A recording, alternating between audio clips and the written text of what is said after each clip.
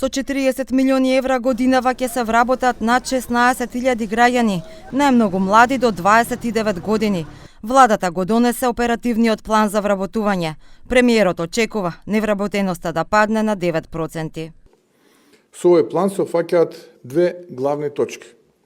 Првата е директна подршка за стартап бизниси на млади, што и беше моје ветување за младите. Втората работа е организиран пристап во сузбивањето на појавата на пожари, особено присутен проблем во летниот период, за што ќе се вработат 400 пожарникари кои ќе се стават на располагање на општините, каде ќе има потреба, се разбира, како и дополнително вработување на 600 невработени лица кои ќе бидат ангажирани за јавни работи и општински проекти. Планот годинава тежи 7,5 милиони евра повеќе од лани.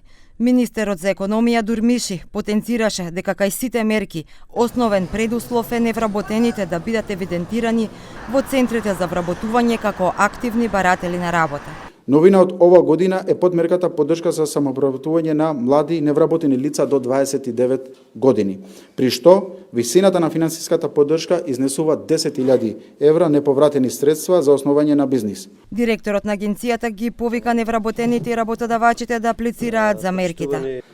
Првите јавни огласи ќе бидат објавени во најскоро време, а останатите ќе се објавуваат етапно по однапред дефиниран распоред и план.